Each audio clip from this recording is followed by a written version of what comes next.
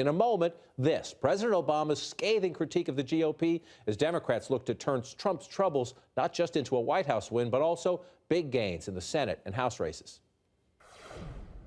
Why did it take you this long?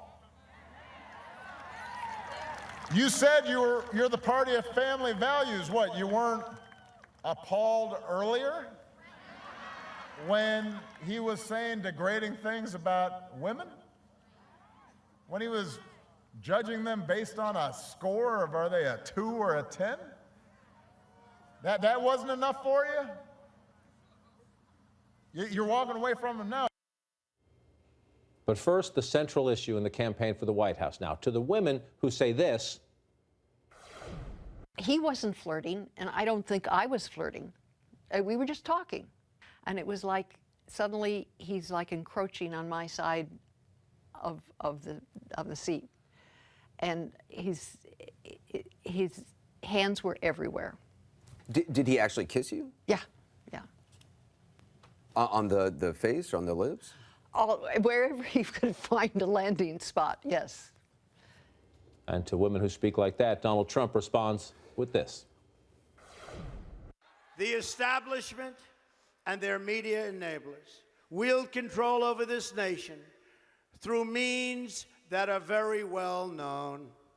Anyone who challenges their control is deemed a sexist, a racist, a xenophobe, and morally deformed. They will attack you. They will slander you. They will seek to destroy your career and your family.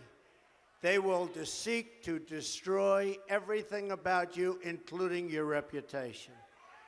They will lie, lie, lie. That's where we are, 25 days out. And just before we start the conversation, I want to put up a brand new Fox News national poll here. Race for president, Clinton 45, Trump 38. Johnson 7, +7 in this national poll. 1 week ago in the very same Fox News poll, it was +2 for Hillary Clinton. So clearly, we see what's happening to the race. And then Lisa Lira, jump in here. Women will be a majority in the electorate. They were 53% in 2008 on Election Day. We expect they'll be 53% again in 2012. We expect they'll be at least that. And look at this among female likely voters. Clinton 51, Trump 32. 19-point difference. If it's anywhere close to that on Election Day, Hillary Clinton is the next president of the United States. Look, we always knew that gender would be part of this race. If Hillary Clinton won the nomination, she would be the first female president. That was always going to be in the mix. The fact that this race has essentially become a war of the sexes is remarkable. Like, we are having a national referendum on women's role and a sense from men that perhaps they feel that fears of being displaced. And frankly, Trump is hemorrhaging women, and he's particularly hemorrhaging white, college-educated women. That's a problem for him. Romney won white women. If he loses them, it's hard to see how he wins this race, particularly in those crucial suburban pockets, you know, the suburbs of Columbus, the suburbs of Denver, the suburbs of Philly.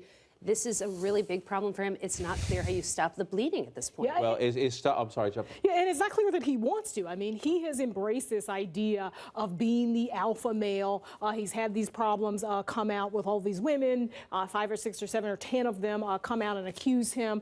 And it's not clear that he's able to deal with it at this point. It seems like he goes to these rallies and he sees these crowds, and some women are in those crowds too, but there is this kind of alpha male posing that he's doing that is resonating with a lot of these voters, particularly working class white men. 10 women in the last 72 hours or so have come forward to different publications. They have put their names on these allegations. These are not anonymous women saying Donald Trump did this to me, who didn't have, they've had the courage to put their names in the public domain and say this. Donald Trump says they're all lying. And Donald Trump says he will prove this, although we're waiting. In the meantime, Jonathan, his argument is this is a media and Hillary Clinton conspiracy. If you threaten them, this is what they do to you. I don't remember us, if there is such a conspiracy, which if you go to Breitbart, you'll find it. In the real world, I don't think so. I don't remember us doing this to John McCain, if that's the case. I don't remember anyone saying Mitt Romney was a predator. And not just that, but I will say this about the timing of this. These women have come out because Trump just said in a highly watched national debate that he had never done the things to women that he talked about in that videotape with Billy Bush that came out last week. Well, they were responding to that, and they were outraged because he had done those things to them, they said. And also, let's just keep in mind, our friend Matt Visor at the Boston Globe in April of this year reported about how Trump conducted himself with women. My colleague at the Times in May, the next month, also wrote in depth about Trump's treatment of women. This is well before the final weeks of this election. And put our stories aside, look at Trump's own words on Howard Stern over the years. The Republican Party nominated a Howard Stern character for president of the United States. They knew what they were doing.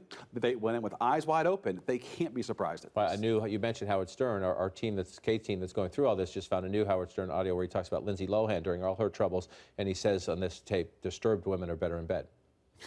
His words, right. His words. Olivier, to this point, one of the women who has come forward is a correspondent who wrote a profile about Donald Trump for People magazine some time ago, back in 2005. It was the one-year anniversary with Melania. She was pregnant with Barron at the time. This reporter says Donald Trump took her into a different room and said, "We're going to have an affair. You know that, don't you?" and tried to kiss her and the like. Here's how Donald Trump responded to her on the campaign trail. And she said, I made inappropriate advances. And by the way, the area was a public area, people all over the place. Take a look. You take a look. Look at her words. You tell me what you think. I don't think so. I don't think so. I suspect the ladies will have an even stronger take than you and I might have. But if you're trying to put this away, I don't think that's the way to do it. It's not. It really isn't. And that's also a sub-story of this whole campaign, that he manages to keep things into the headlines. He pours fuel on the fire at least as often as he attempts to douse it. He, of course, got the result of this was that the People editor-in-chief wrote a second piece, basically saying, "This is why we ran it. We stand by it. She was brave to do this." So we've got a whole other cycle of this. We're talking about polls earlier. One of the really interesting polls that came out, I think it was earlier this week, was asking Trump voters, asking couples, married couples, and husbands.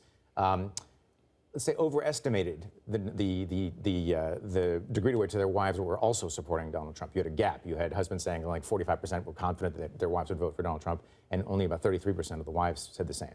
So that might be a November surprise in some households. Thanksgiving falls after the election. Going to be a lot of interesting Thanksgiving dinners this year, aren't there going to be? But part of the problem here is that the Trump campaign had made the argument that Hillary Clinton and Bill Clinton were discrediting Bill Clinton's accusers, and now they're essentially discrediting Donald Trump's accusers. Right. So it's political whiplash. It doesn't comport with what they said before, which was that accusers were to be believed. Yeah. And the other problem is that, sadly, and I suspect Nia would agree with me on this, groping is like a pretty common female experience. So this is something that people can relate to, women can relate to. A lot of women have had these experiences on public transit or in the workplace or wherever. Right. So that that's was the power. part of, we're going to get some more of it in a bit, but that was so the power of the damaging. First Lady yesterday. Right. But that, I don't care whether you're a Democrat, Republican, a Martian, from another galaxy. The power of the First Lady just speaking as a woman about these experiences, which, forgive me, men, I don't care who you're voting for. You should listen. You should listen and learn during this conversation. No, I think that's right. And I guess at this point, Pence, as well as Donald Trump, they have said there's going to be more evidence to come out